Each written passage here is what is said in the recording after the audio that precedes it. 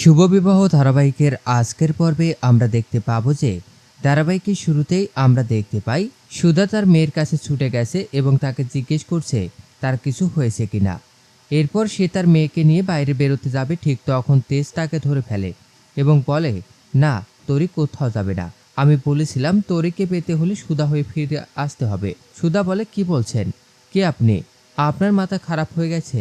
এই বলে তারা দুজনে মিলে ছুরি নিয়ে ধস্তাধস্তি করতে থাকে। হঠাৎ ছুরি লেগে সুধার হাত কেটে যায়। তা দেখে তেজ অনেক আপসেট হয়ে যায় এবং সুধার হাতে ব্যান্ডেজ করে দেওয়ার চেষ্টা করে, কিন্তু সুধা তাকে সরিয়ে দেয়। সে বলে, খবরদার আমাকে স্পর্শ করার চেষ্টা করবেন না। পরবর্তী সিনে আমাদের সমুদ্র এবং ইশিকাকে দেখানো হয়। সমুদ্র জানায় তেজ তাদের ফ্যাক্টরিতে আছে এবং সে তরিকে কিডন্যাপ করেছে। এই কথাগুলো ইশিকা শুনে বলে, তাহলে তো তেজ অনেক জটিলভাবে ফেঁসে যাবে। আমাদের দেরি করা যাবে না, চলো আমাদের ভেতরে যেতে হবে। এই বলে তারা দুজনে ভেতরে চলে যায়। পরবর্তী সিনে আমাদের আবার তেজ এবং সুধাকে দেখানো হয়। তেজ বারবার বলছে, রুক্মিণী নয়, তুমি আমার সুধা, কিন্তু তুমি কেন এটাই বারবার অস্বীকার করছো? কেন মিথ্যা বলছো এভাবে? এরপর সেখানে ঝিনুক ও আশুতোষ চলে আসে। তরি তার মাকে জানে, তুমি এভাবে হিরো আঙ্কেলকে বকছো কেন? হিরো আঙ্কেল তো কিছুই করেনি। হিরো আঙ্কেল খুব ভালো, জানো তো মাম্মাম, আমার কালকে খুব জ্বর হয়েছিল, তুমি আমার যেভাবে কেয়ার করতে ঠিক সেইভাবেই হিরো আঙ্কেল আমার কেয়ার করেছিল। আমাকে জলপট্টি দিয়ে দিয়েছে, ওষুধ খাইয়ে দিয়েছে, খাবার খাইয়ে দিয়েছে। এসব কথা শুনে সুধা তার মেয়ের কাছে এসে তাকে আদর করে বলে, কি বলছো, তোমার জ্বর এসেছিল? এরপর সে আবার তেজের কলার চেপে ধরে এবং বলে, কি করেছেন আমার মেয়ের সাথে? কেন ভয় পেয়েছে আর তার জ্বর এসেছিল? এরপর ঝিনুক আশুতোষকে বলে, আমাদের মনে হয় এখান থেকে চলে যাওয়া দরকার। তখন তেজ বলে, হ্যাঁ, আমাদের অনেক দিনের হিসাব বাকি আছে, মান অভিমান রয়েছে।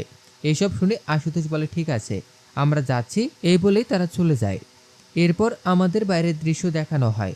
সেখানে প্রীতম ওয়েট করেছিল তরির জন্য।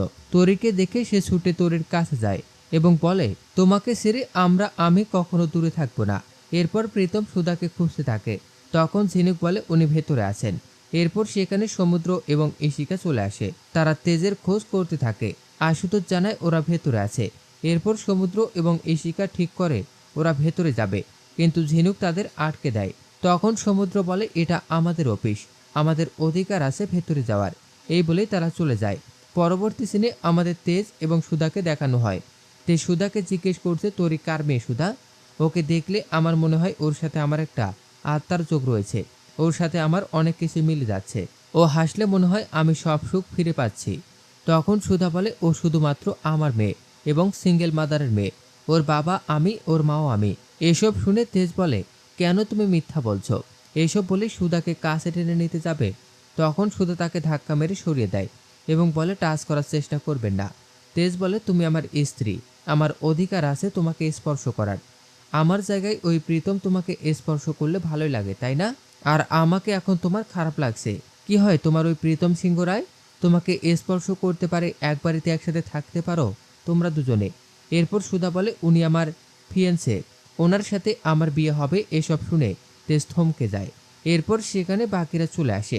তরি জিজ্ঞেস করে, তুমি হিরো আঙ্কেলকে বকছো কেন মাম্মাম? সুধা বলে, তোমাকে না বলেছি বড়দের মাঝখানে কথা বলবে না, চলো এখান থেকে।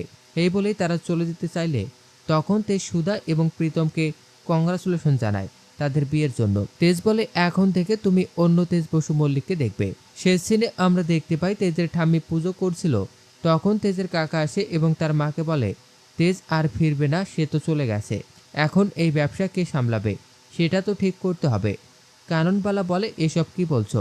তেজ অবশ্যই ফিরে আসবে। তেজের কাকা বলে, সে কখনোই ফিরবে না, দেখো গিয়ে কোথাও মাতাল হয়ে পড়ে আছে। কাননবালা বলে, তাই যদি হয় তাহলে আমি গজাননের আরাধনা ছেড়ে দেব।